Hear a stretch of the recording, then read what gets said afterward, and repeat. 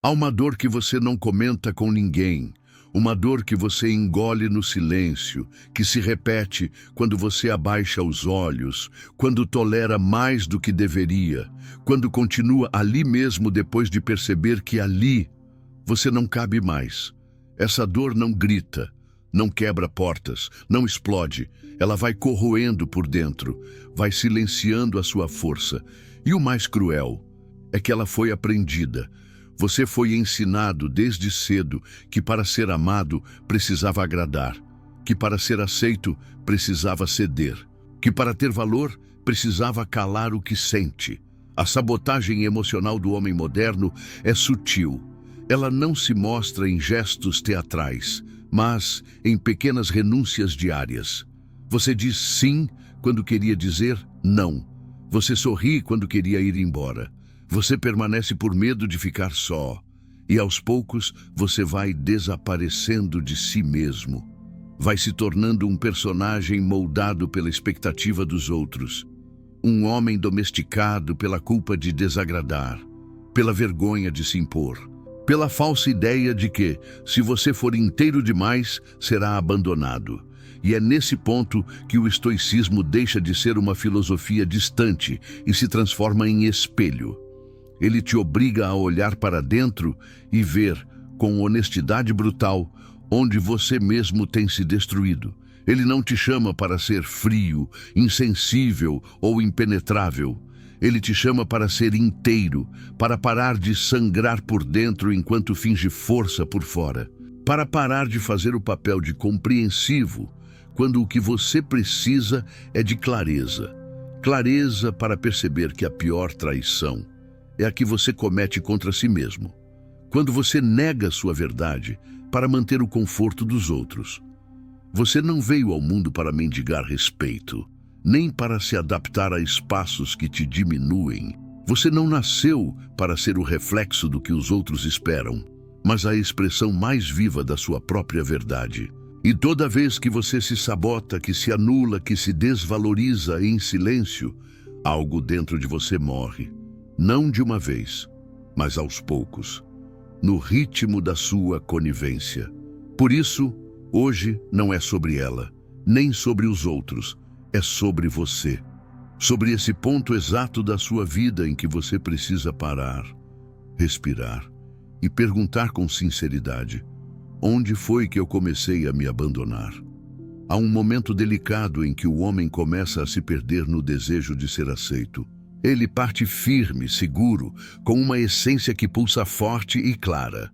Mas aos poucos começa a sentir o peso do olhar alheio, da expectativa invisível que o molda sem aviso. Sem perceber, ele se adapta demais. Muda seu jeito de falar, amansa a voz que já foi firme, esconde opiniões, apaga vontades. Cada concessão parece pequena, mas se acumula como gotas que desgastam a rocha mais sólida.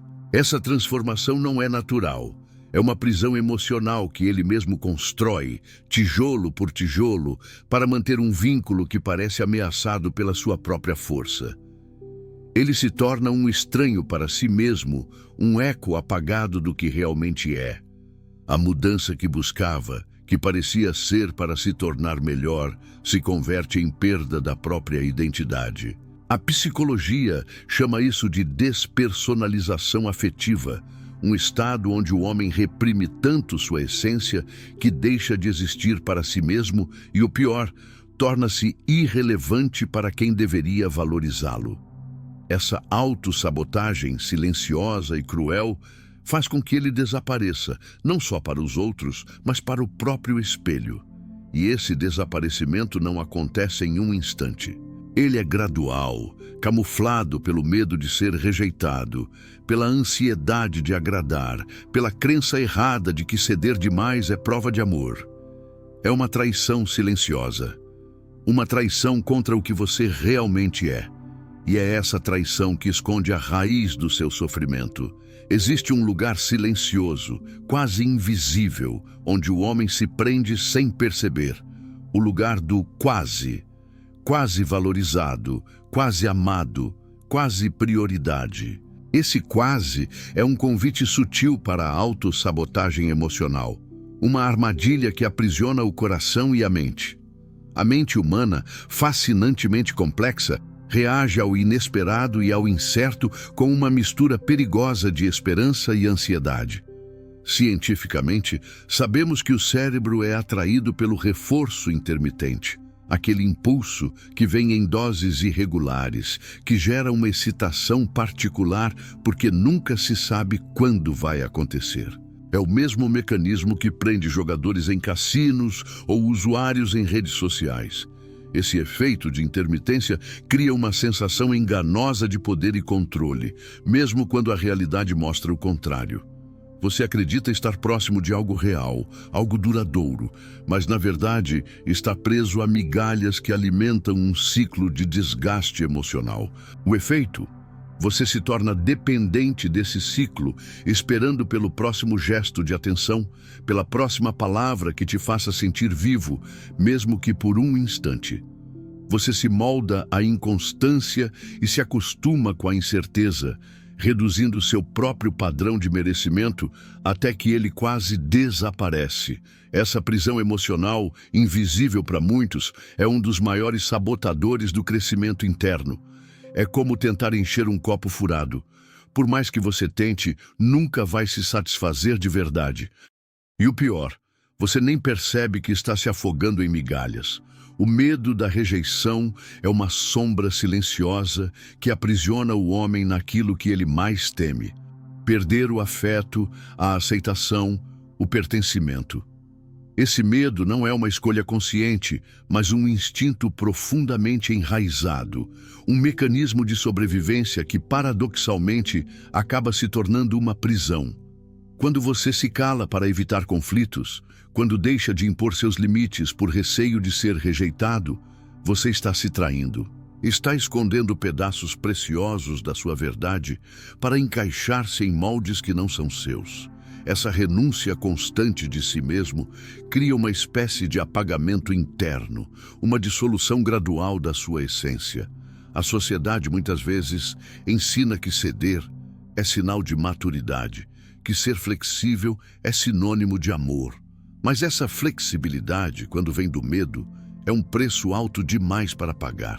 É como construir uma casa sobre areia movediça. Nada que você construa ali terá estabilidade. Marco Aurélio, um dos maiores mestres do estoicismo, nos lembra que agir contra a nossa natureza é sofrer. A natureza humana pede autenticidade, pede coerência, pede que nos respeitemos em primeiro lugar. Se você age contra si mesmo para ser aceito, a dor é inevitável. Essa prisão do medo não é um castigo, mas um convite para despertar, para reconhecer que o caminho para ser verdadeiramente amado não passa pela submissão, mas pela integridade. Para ser aceito, você não precisa diminuir seu brilho. Você precisa se tornar a pessoa que não teme perder, porque sabe que seu valor não depende da aprovação externa. Há uma armadilha silenciosa que muitos homens inteligentes enfrentam: pensar demais antes de agir. A mente se enreda em uma teia de possibilidades, antecipando cada reação, pesando cada palavra, calculando cada passo como se a vida fosse um tabuleiro de xadrez onde qualquer erro pode ser fatal. Essa reflexão constante pode parecer maturidade, prudência, cuidado, mas muitas vezes é a própria mente sabotando sua força natural. Quando você se perde no excesso de autoconsciência, você se desconecta da sua verdade visceral, daquele impulso genuíno que vem do coração e do corpo.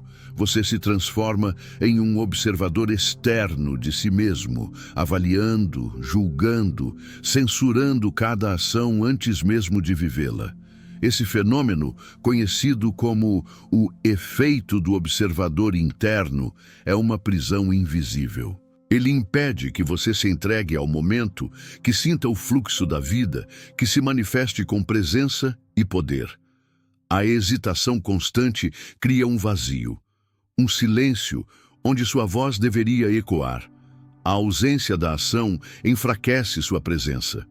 E o pior, Você acaba afastando as oportunidades de conexão verdadeira, porque a conexão nasce do autêntico, do espontâneo, do corajoso.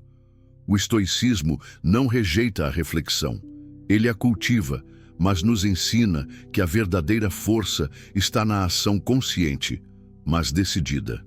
No domínio do impulso, na coragem de ser real, na capacidade de ser inteiro mesmo sem garantias. O equilíbrio entre razão e emoção é o que transforma o homem de pensamentos em homem de presença. É na entrega segura, no ato decidido, que você constrói seu impacto no mundo e nos relacionamentos. Howard Stark foi um homem brilhante, um gênio que construiu impérios e criou tecnologias que mudaram o mundo. Mas por trás dessa mente brilhante havia uma ausência profunda, uma ausência emocional que nunca foi preenchida. Ele era disciplinado, estrategista, exigente, mas ao mesmo tempo fechado, distante e incapaz de se mostrar vulnerável.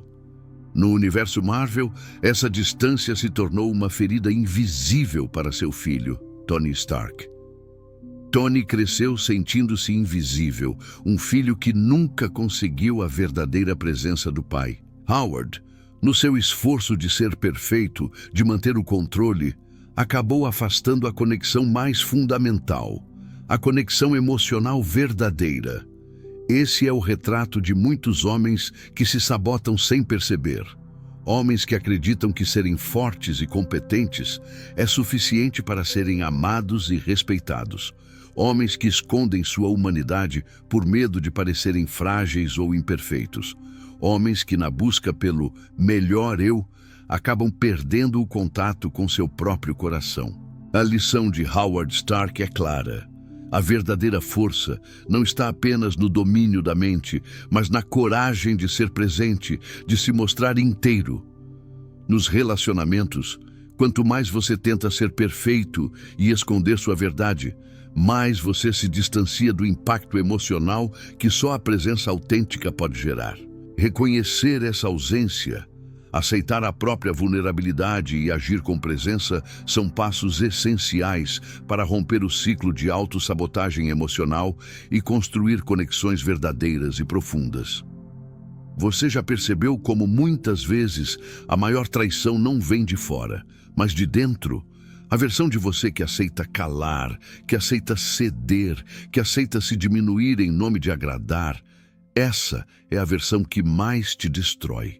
Essa é a parte de você que está sempre em segundo plano, sempre tentando encaixar, sempre tentando ser o que os outros esperam, mas nunca verdadeiramente sendo você mesmo. Essa sabotagem silenciosa corrói a autoestima e apaga o brilho que só você tem. Ela esconde sua essência, sufoca sua autenticidade e transforma você em um espectador passivo da própria vida. E o pior é que, enquanto isso acontece, você acredita estar fazendo o certo, acreditando que ceder é amor, que calar é respeito, que agradar é sobrevivência. O estoicismo nos ensina algo diferente e poderoso.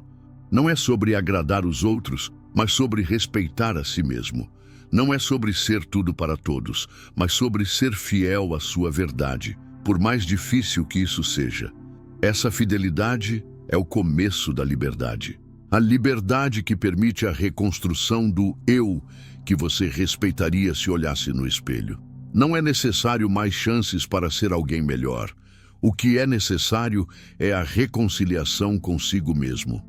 É aceitar que a sabedoria maior não está em evitar erros externos, mas em reconhecer onde você tem sido seu próprio inimigo. A partir daí, todo caminho de transformação é possível. Você não precisa carregar o peso de tentar ser perfeito para agradar a todos. Você precisa ser inteiro para se agradar a si mesmo. E quando essa mudança interna acontecer, tudo ao seu redor se reorganizará. Não por força ou pressão, mas por consequência natural da presença verdadeira. Essa é a força do homem que para de se sabotar. A força daquele que escolhe, finalmente, ser dono de sua própria história.